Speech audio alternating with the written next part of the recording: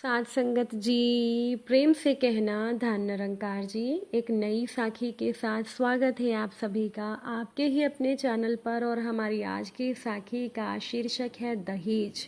चलिए सुनते हैं आज की ये साखी। साथ संगत जी, शिखा अपनी ननद की बेटी की शादी में आई थी। इकलौती मामी थी वो रोशनी की। शिखा के बेटे से 4 महीने छोटी थी रोशनी। जन्म के बाद ननद की तबीयत खराब हो गई थी तो शिखा ने अपना दूध पिलाया था रोशनी को। सास हमेशा कहती तुमने दूध पिलाया है ना, इसीलिए ममता ज़्यादा है। पता नहीं पर सच तो यही था कि शिखा की लाडली थी रोशनी। शादी को लेकर बहुत उत्साह था उसमें। जिद करके 1 हफ्ते पहले ही बुलवा लिया था मामी को रोशनी ने। स्टेशन पर नंदोई और भांजा आए थे लेने। नंदोई को ध्यान से देखा शिखा ने तो बेटी के ब्याह की चिंता की लकीरें माथे पर स्पष्ट झलक रही थी। शिखा समझ सकती थी उनकी चिंता। घर पहुंची तो रोशनी लिपट गई आकर। मामी के आने पर उसका चेहरा खिल गया था। दोपहर के खाने के बाद रोशनी ने अपनी शादी की तैयारियां दिखानी शुरू की। हाथ में एक डायरी और पेन लेकर सामने बैठकर बोली, मामी अच्छे से देख लो, जहाँ कुछ कम लगे बताना। ये देखो बनारसी सास की साड़ी, ननद की साड़ी। शिखा खुश होकर बोली, अरे तुमने तो ज़बरदस्त खरीदारी की है, हर एक चीज़ लाजवाब है, कहीं कोई कमी नहीं है। वाह, मानना पड़ेगा तुम्हें। रोशनी ने कहा, धन्यवाद मामी जी।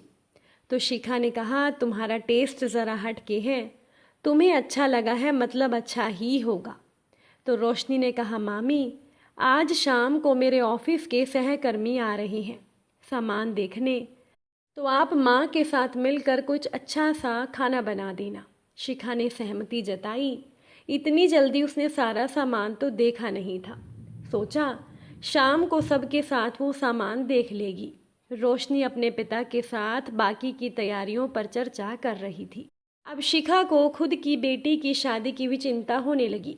शिखा ने सोचा इतनी तैयारी कैसे करेगी वो, अब लड़का देखना भी शुरू करना होगा। ननद का बेटा एक कोने में गुमसुम खड़ा था। रोशनी से 4 साल छोटा था उम्र में, पर परिपक्व ज्यादा था। उसे गुमसुम देखकर शिखा को लगा कि बहन के ससुराल चले जाने का सोचकर ये दुखी होगा। शाम को रोशनी के ऑफिस की पूरी टीम पहुंची।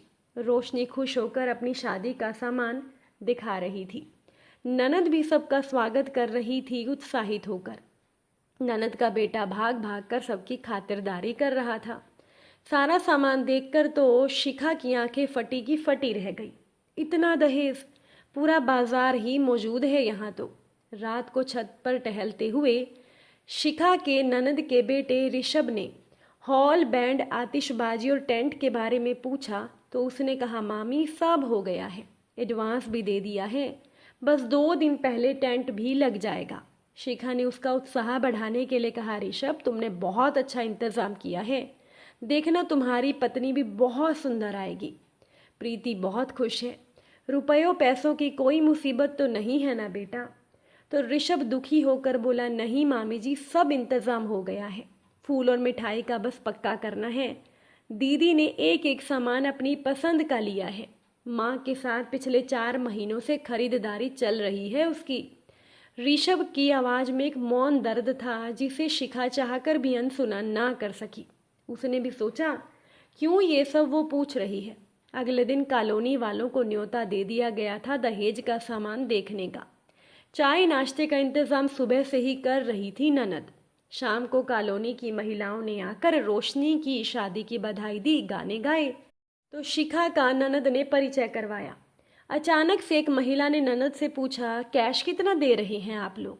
ननद तुनक कर बोली, लड़के वालों ने कुछ भी नहीं मांगा है, हमारे यहाँ कैश नहीं मांगते।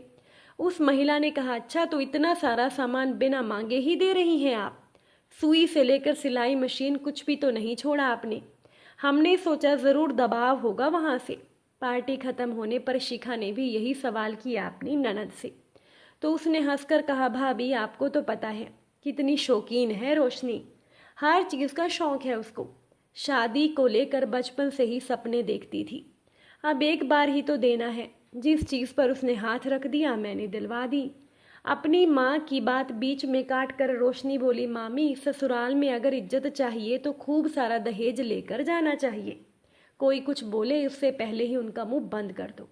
ये देखो ना, सास के लिए सबसे महंगी साड़ी ली है मैंने, व्यवहार में अगर कान का या अंगूठी मिली तो वो भी रख देंगे। बस मुंह नहीं खोल पाएंगी, कमी नहीं निकाल पाएंगी।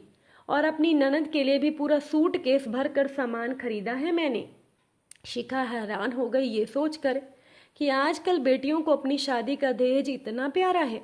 तभी ऋषभ को आता देखकर ननद ने एक डिबिया छिपा दी। ऋषभ माँ से रुपए लेकर पिता के साथ शायद बाहर जा रहा था। उसके जाते ही रोशनी ने माँ के हाथ से लेकर वो डिबिया शिखा को दिखाई। उसके अंदर एक ब्रेसलेट था। शिखा का मुंह तो उस ब्रेसलेट को देखकर खुला का खुला रह गया। तो रोशनी ने शिखा से लड़ियाते हुए पूछा, कहो मामी कैसा लगा ये ब्रेसलेट, है ना सुंदर? तुम्हारे दामाद की तो बोलती ही बंद हो जाएगी। शिखा सचमुच बहुत हैरान हो रही थी रोशनी की सोच पर। इतनी छोटी पर इतना तेज दिमाग। चेन के बदले में ये सुंदर ब्रेसलेट अतुलनीय है। ननद ने रहस्य उद्घाटन किया कि चेन तो हमने बनवाई ही है सगाई के लिए। ये ब्रेसलेट रोशनी देगी अपनी तरफ से अपने पति को। अपनी सैलरी के पैसे से खरीदा है इसने। तो शिखा रोशनी की बुद्धिमता की कायल हो गई थी। अगले दिन सुबह सुबह घर पर एक सज्जन से बात कर रहे थे ननदोई। बेटा ऋषभ नाराज सा खड़ा था। शिखा ने देखा एक बड़ा सा पैकेट उस सज्जन ने ननदोई के हाथ में थमाया, बदले में कुछ कागजात पर हस्ताक्षर करवाए। ननद से इस बारे में शिखा ने पूछना ठीक नहीं समझा। साथ संगत जी, संगीत का आयोजन एक बड़े से मैरिज हॉल में किया गया था। सगाई हल्दी शादी यहीं से होनी थी। संगीत के बीच में ही ऋषभ ने अपनी माँ को बुलाया। काफी देर तक जब वो लौट कर नहीं आई तो शिखा को चिंता हुई। बगल के कमरे से ऋषभ और ननद की बहस की आवाजें आ रही थी। ऋषभ के पापा यानी शिखा के ननदोई चुप बैठे थे कुर्सी पर। शिखा को देखकर ननद के बेटे को चुप रहने का इशारा किया तो वो शिखा को खींच कर अंदर ले गया और बोला, मामी अब आप ही समझाओ माँ को, पानी सर से ऊपर चला गया है। हर दिन नई नई फरमाइशों से तंग आ चुके हैं मैं और पापा। दीदी की बेफजूल ख्वाहिशों को तूल दे देकर माँ ने इतना पैसा लगवा दिया कि अब पापा हार गए हैं। मैं तो छोटा हूँ, जब भी दीदी को या माँ से कुछ कहता हूँ ये दोनों चुप करा देती हैं। मामी दीदी के ससुराल वाले इतने संस्कारी हैं कि शादी में उन्होंने कुछ नहीं मांगा। जीजा जी ने माँ और पिताजी से साफ बोल दिया था कि मुझे केवल आपकी बेटी चाहिए। फिर भी दिखावे के चक्कर में लाखों रुपए बर्बाद हो चुके हैं मेरे पिताजी के। अभी पूरी शादी बची है। ऋषभ हाँफ रहा था बोलते बोलते। पिछले कई दिनों से वो बेचारा इसी तनाव में था, शायद तभी खोया खोया रहता था। शिखा ने ननद की ओर देखा तो वो बेटे की तारीफदारी करते हुए बोली, अब क्या करूं मैं भाभी, खाना बनाना पसंद नहीं है बेटी को बचपन से, तो किचन के सारे गैजेट्स लेने पड़े। रोटी कभी गोल बनती नहीं तो रोटी की बनाने की मशीन खरीद ली। सजने संवरने का शौक भी है उसको। मैचिंग किए बिना कोई कपड़ा कहाँ पहनती है। ससुराल वालों को जली कटी थोड़ी सुना पाएगी और सुन पाएगी। अभी दामाद और उसके माता पिता ने अभी तो कह दिया है कुछ नहीं चाहिए, बाद में कोई बात सुना दी तो बेटी मेरी कहाँ रुक पाएगी वहाँ। बहुत स्वाभिमानी है मेरी बेटी रोशनी। ऋषभ जबरदस्ती बात का बतंगड़ बना रहा है। बेटी की शादी तो एक बार ही होती है, थोड़ा बहुत उधार तो होगा ही। शिखा के नंदोई अब भी चुप थे। चिल्लाकर बोले, अपनी बेटी को कभी घर का काम करना सिखाया है तुमने? कभी बताया है कि घर खर्चा कैसे पूरा होता है? सुबह से उसकी आया बनकर आगे पीछे घूमती रहती हो। अब क्यों डर रही हो बेटी को ससुराल भेजने से? लड़कियां कितनी भी पढ़ी लिखी क्यों ना हो, नौकरी पेशा क्यों ना हो, ससुराल में कुछ काम उन्हीं को शोभा देता है। तुम्हें क्या लगता है बेटी को भर भर कर सामान देने से उसके दोष ढक जाएंगे? आज सिर्फ शाम के स्नैक्स और रात के डिनर में भी पता है उसको कि कितना पैसा हमने लगाया है। 2 जगह से 20% ब्याज पर उधार लिया है। अब आगे से कोई और नहीं देगा, ना ही मैं चुका पाऊंगा।